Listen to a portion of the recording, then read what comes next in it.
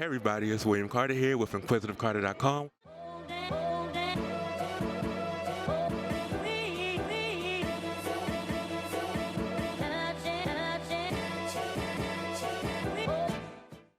Hello, What's going on, man? I'm good. How you doing? I'm doing great, man. Everything's good with you? Yeah, as much as it can be. How you holding up? I'm holding up, man. Same way, much as I can be. But I'm feeling good today. Today's been a real good day because I got things moving right now. I've got the ball rolling today with my solo career back up and running, and new record, new music out. So I'm having a more positive day today than usual. Let's put it that way. No, that's good. That's good. Love to Hmm. see it. You just dropped your new single, All Mine, grown folk Yeah. music. How's it feel for you to come back as a solo artist in the game?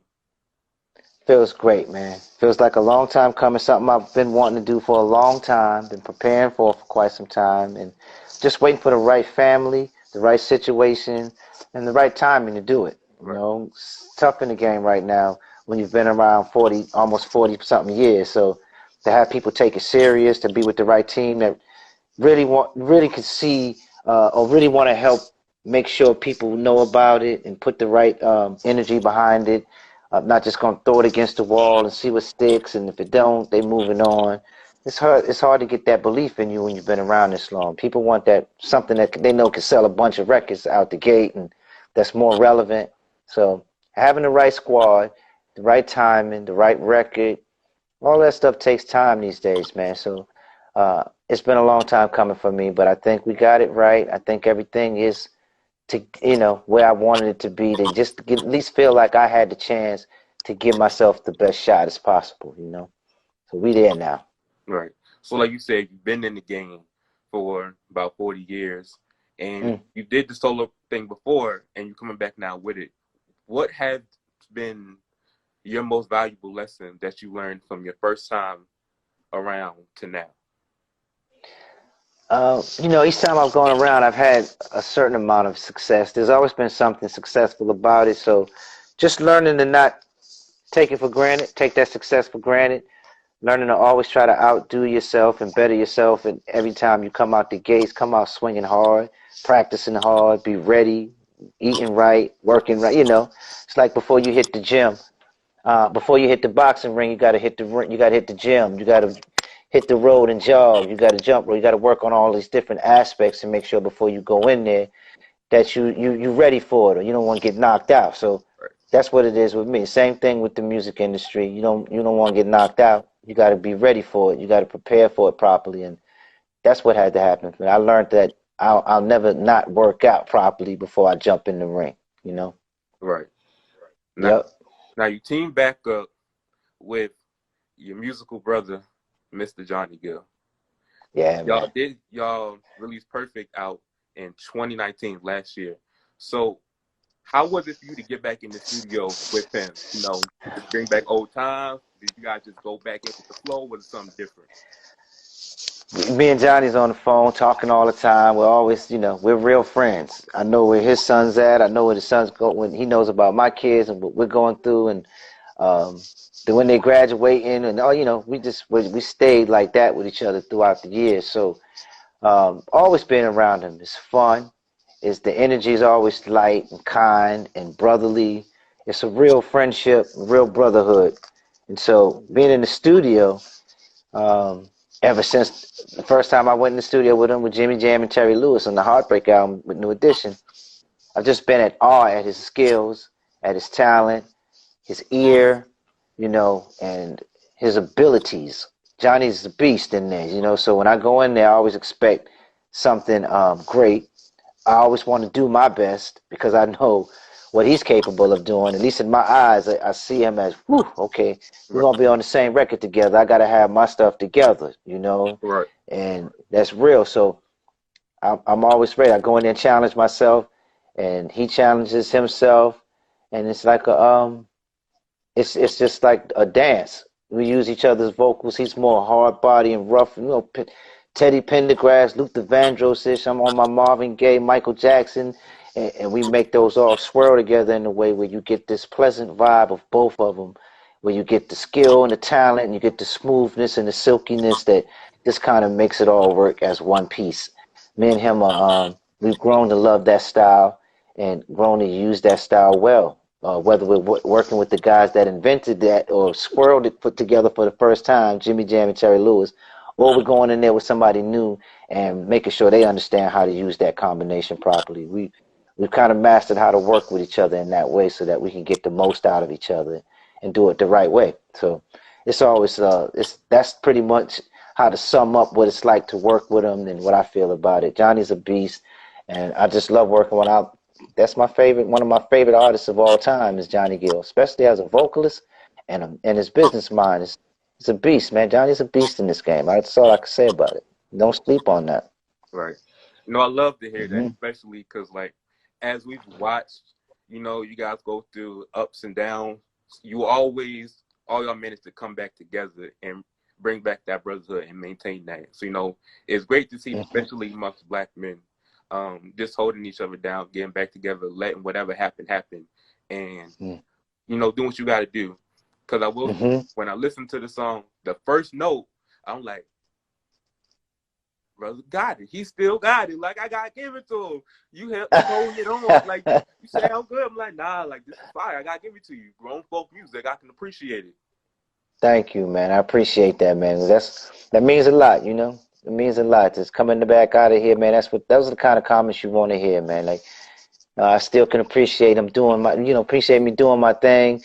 I just like hearing brothers really be able to give it up to each other, man. If it's real like that for you, and I need that. That's that confidence that allows me to go out here and feel like I'm doing it still, and I can go in the studio and knock them out. I'm on the right track. Right. No, definitely appreciate that. Now, I can't go without mentioning that you are a part of one of the most legendary groups of all time. Yeah. How did it feel for you when the New Edition docu-series came out to see that you had fans of cross generations come together, loving the music, supporting the story, loving what you guys put together, even after having a break for so many years? It was surreal, man. It's one of those things that you dream of when you put out a story or you want to tell the story. You put out anything, any project you put out, you want an overwhelming or an unsuspectedly, pleasantly surprised type of reaction to it, response to it. You want to be pleasantly surprised by the level it took on or something like that. It does something beyond what you wanted it to do. And in that case, that did something beyond what I would have ever expected it to do. I want people to like it. I know the core fans are going to like it, but to break records, to reintroduce the group to a whole new generation, it's like, that's what you want when you do a project, man. We started out as the type of group that the whole family can come to the concert. The mothers and dads used to bring their kids to the concert at one point because we were so young and they were so young. It went from that to growing up to these kids coming out to the concerts with their parents older, to now those same people who were the kids that the parents were bringing out can bring their kids out to the concert. The way, depending on how we do it, it's all family oriented. The whole group stayed that way. We kept New Edition in a certain light and a certain realm so that we didn't change that about it. When we wanted to do something that was more edgy or more raunchy or grown, we use the solo projects for that. We address that with that, so we can always leave New Edition with what it stood for when we came out the gate with it. And that's a family group. That's something that everybody can come out and enjoy. And we wanted the story to be the same way. And being able to tell the story from those different perspectives, starting out with the littles, what we called them on the set was the littles, and going into the bigs, that allowed us to be able to open that story up to the kids, and let them see what it was like coming up as little guys and hearing the records like Candy Girl and Popcorn Love, Is This the End, and revisit it from that perspective. You couldn't ask for much more, man. It opened up that. It reminded me of when I came up listening to the Jacksons. My mother had already grew out. My father and them and my aunts and them had already kind of outgrew the Little Mike in the ABC days, and they was into the older Jackson style when it was coming out with Destiny and the Triumph album and all that stuff. But I'm still just getting turned on to the I Want You Back and the ABCs and listening to those records, being blown away. So I think that that's what this last run that we did as New Edition, that's what it did to the younger generation. It opened up these households that New Edition was already a part of to the kids that were in those households, and allowed them to be a part of the experience as well. Beautiful thing, man. Beautiful thing. When I watch those kids sitting in the house and they mom and dad's playing Candy Girl or one of the records, and they're singing along with it, doing the, like they got a Dance fake moves going microphone in on their too. hand, doing the move, exactly, doing the moves. That's special, man. That's real special. Right now, definitely just being as a fan, watching the story, just like you said, is one thing, but watching everybody kind of come together, especially like seeing all like the little black boys up there dancing, because like just expressing themselves, being carefree, like it was a beautiful thing to see. Yeah, it was. Absolutely, man. I felt the same way. It's heartwarming. And it was, again, you start feeling like you're reaching those platforms. You're reaching that level of the groups that you looked up to, and you feel like you're starting to do and have that same level of love and respect and longevity and reaching that same goal that you wanted to reach. I always gauged what New Edition was doing and the levels that we were reaching through the Jacksons and the Temptations primarily. Right. Like when how I looked at them and the kind of accolades and the things they were doing, the way that they felt in the households around the way, I always gauged New Edition success based on those guys. And when I seen us starting to match and duplicate some of that same vibe, and people start calling you the new Temptation, the new Jacksons of our era and stuff like that, it's like, yes, mission accomplished. You know what I mean? Right. No, definitely. Mm-hmm. I understand wholeheartedly. And Mm-hmm. so, not trying to take too much of your time, so I'm going to round it back to my final question. Mm-hmm. What can we expect from you in terms of your upcoming album? What would you like to people know? Yeah, well, this next one is I'm trying to establish what Mike did when he did the Off the Wall album with this album. Where when I heard the Off the Wall album, when we all heard the Off the Wall album, it was the first time we got a glimpse of this Mike that we didn't mind seeing away from his brothers. Right. Although we always want to see the Jacksons, we always want to see them all come together and do our favorite records, and just the energy that they bring when they're all together to us and to the arenas and to the cities. We wanted to see more. We was pleasantly surprised and loved what Mike was doing with all of that Rock With You and Don't Stop Till You Get Enough. And it was like, okay, now I love the Jacksons, but I'm starting to dig this Jackson. I'm starting to dig this Michael thing that he's on right now with his high water pants and the new vibe he was on. It was just like, okay, Michael, yeah, man, it's like he's been to get us with the glitter socks and the high water pants. It's like, here we go.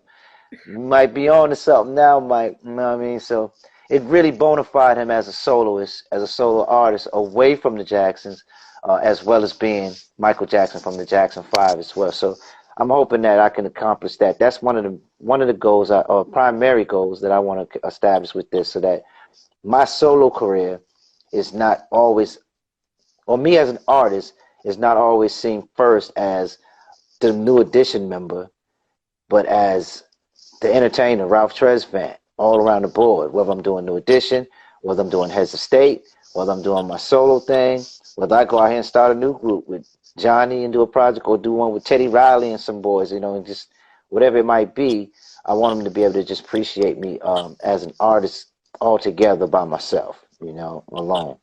Yeah, and not always being so established or tied into, not that it's a bad thing, tied into just being the lead singer of New Edition. That's what I think I want to accomplish. Right. Well, thank you for taking the time out the schedule to speak with me. I appreciate it. You see the comments, the fans appreciate it. So no you problem. got to give it to you, especially like why the legends, the icons still around. You got to give you flowers, got to give you the love, the praise, the success. While you still here, so you're able to see it, feel it, smell it, anything you can do. Much respect, King. You know, that's what it is. That's what it is. Exquisite Carter. I feel you, man, and I appreciate the love, like, and the time and let me come out here and spread the word about my music and what I'm doing right now, man. Thanks me for letting you use your platform. You know what I'm saying, to get the word out. I appreciate that, bro. Thank you. Thank you a lot. No doubt.